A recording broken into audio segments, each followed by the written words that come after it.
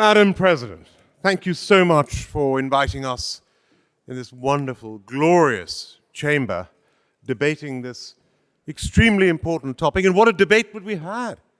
We started off with my outstanding proposer here, Femi, playing a recording, exposing the opposition straight away, exposing himself and undressing with the cross of St. George.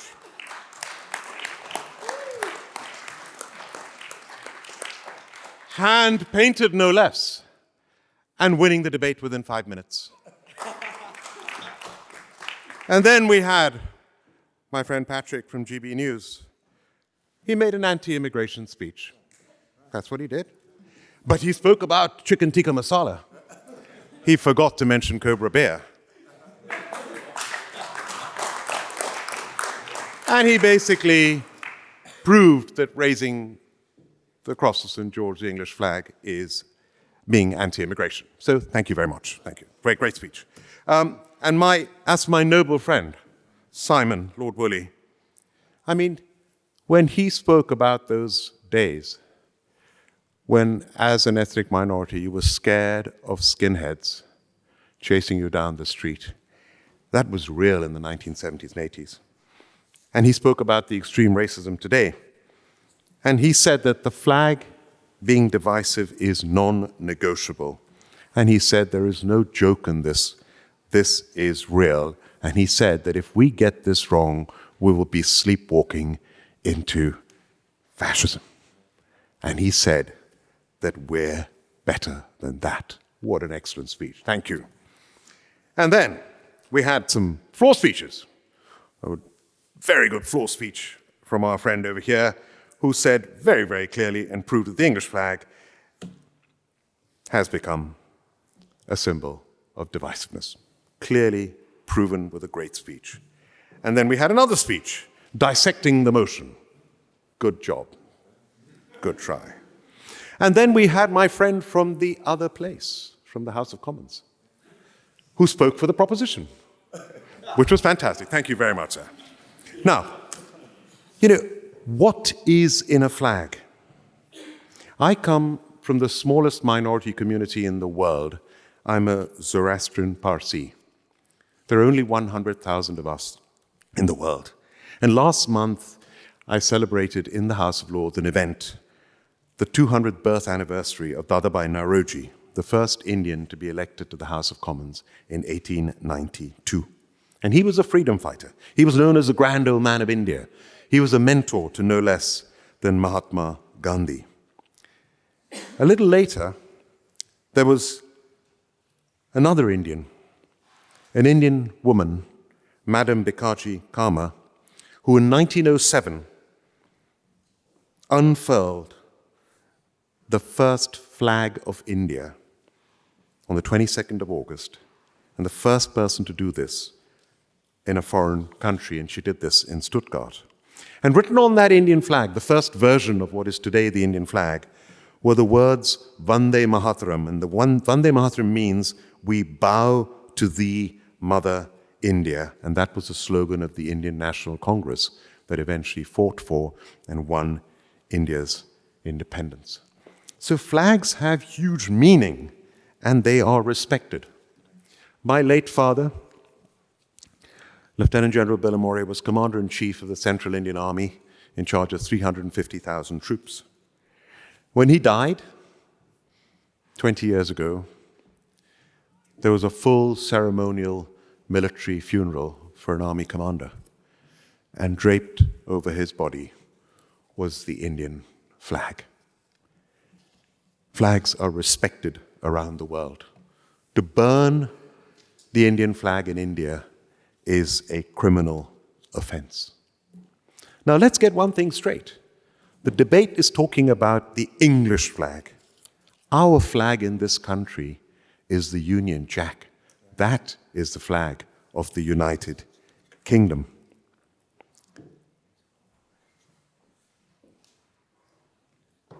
And do you know the irony of it all? Every devolved nation in the United Kingdom, Scotland has its flag, Northern Ireland has its flag, Wales has its flag. England has its flag. They all have parliaments, but England doesn't have a parliament. We've got Westminster that covers everybody. I find that very ironic. But the reality is that the English flag has been hijacked by the fanatical extreme right. That is a fact.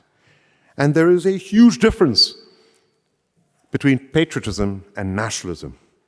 These people who've hijacked this flag are not patriotic, because patriotism is pride in who you are.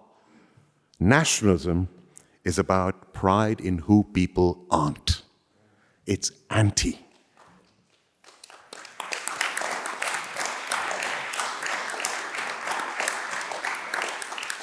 And it's all about being anti-immigration, anti-foreigners.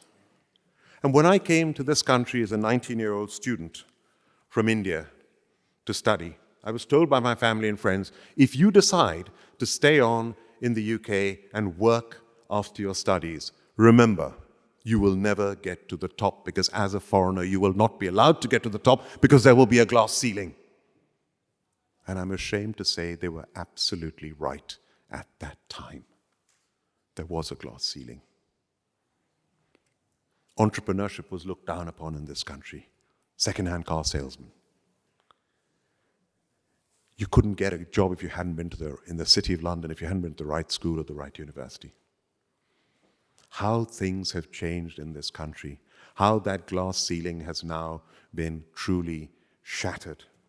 I'm proud to be a part of the Indian minority community in this country, the largest of the minority communities, 2 million of us.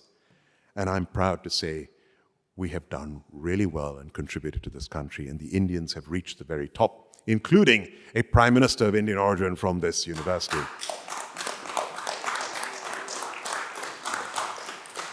Including leaders in business, in sport, in film, in theatre, in academia, Nobel laureates, sadly from the other place. The 18% ethnic minorities in this country, without their contribution, we would not still be the 6th largest economy in the world. And that's a fact, and we should be grateful for it. So, with the last year's craze of these flags being put up everywhere, of the cross being painted on roundabouts, why? This has created fear within communities. And you know, it was called Operation Raise the Colors. Do you know that? Operation Raise the Colors. An online movement backed by far-right figures, including Tommy Robinson. His real name is Stephen Yaxley Lennon. The far-right group Britain First voiced support for it, with the co-founder of the campaign claiming they donated 200 flags. And during the racist riots that broke out in the wake of the Southport tragedy, many participants were seen wearing or waving such flags. And people said it's not patriotic, it feels just like an excuse for xenophobia. Another one said they were totally against the flags being put up if they were anti-immigration. And as for our Prime Minister, Keir Starmer, he said at the Labour Party conference, I'm not just proud of the Union Jack and the Cross of St. George, I'm also proud of the Saltire of the Red Dragon, proud of our union, this astonishing relationship between our 4 great nations. Let's fly our flags. Conference, because they are our flags. Yes, but here are the facts. And the facts are real. YouGov carried out a poll on the 21st of November last year, so just a couple of months ago, and here are the results. 52% of ethnic minority adults say the St. George's flag is now a racist symbol, 52%, compared to 36% of white adults. Most in both groups say the Union Jack has not become a racist symbol. So the Union Jack's fine, it's the English flag that is hijacked. That's what this debate's about.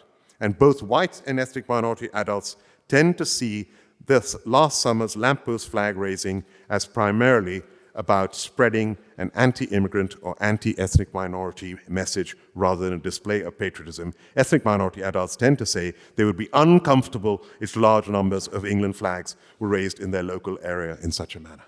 Those are the facts. And I conclude with this. The great philosopher Karl Popper spoke about the paradox of tolerance. It's a concept that suggests that if a society extends tolerance to those who are intolerant, it risks enabling the eventual dominance of intolerance, thereby undermining the very principle of tolerance. So, the central lobby of Parliament, if you come into our Parliament, and I'm very proud, I've been in the House of Lords, I was the third youngest peer when I was appointed in 2006. I've been there for 20 years this year, and I'm still one of the younger peers. In the central lobby, you have the patron saints, St. George for England, St. Patrick for Ireland, St. David for Wales, St. Andrew for Scotland, and that is the United Kingdom. We are British first. And do you know, my older son told me, Dad, have a look at a video of the 1966 World Cup final. The flags around the stadium were not Cross of St. George. They were not the English flag. They were the Union Jacks that were being flown all around the flag, because every person of the United Kingdom was rooting for England as a British team. And if it was Scotland playing, we'd be rooting for Scotland. So, I love the Cross of St. George and the English flag, and I love the Union Jack.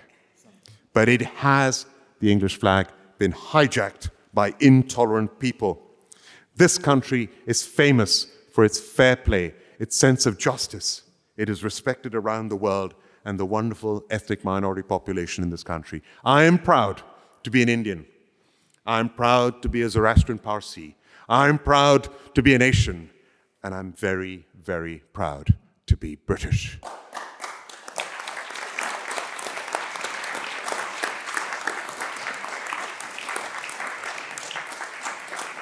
So I remind you, the motion is, this House believes the English flag has become a symbol of division.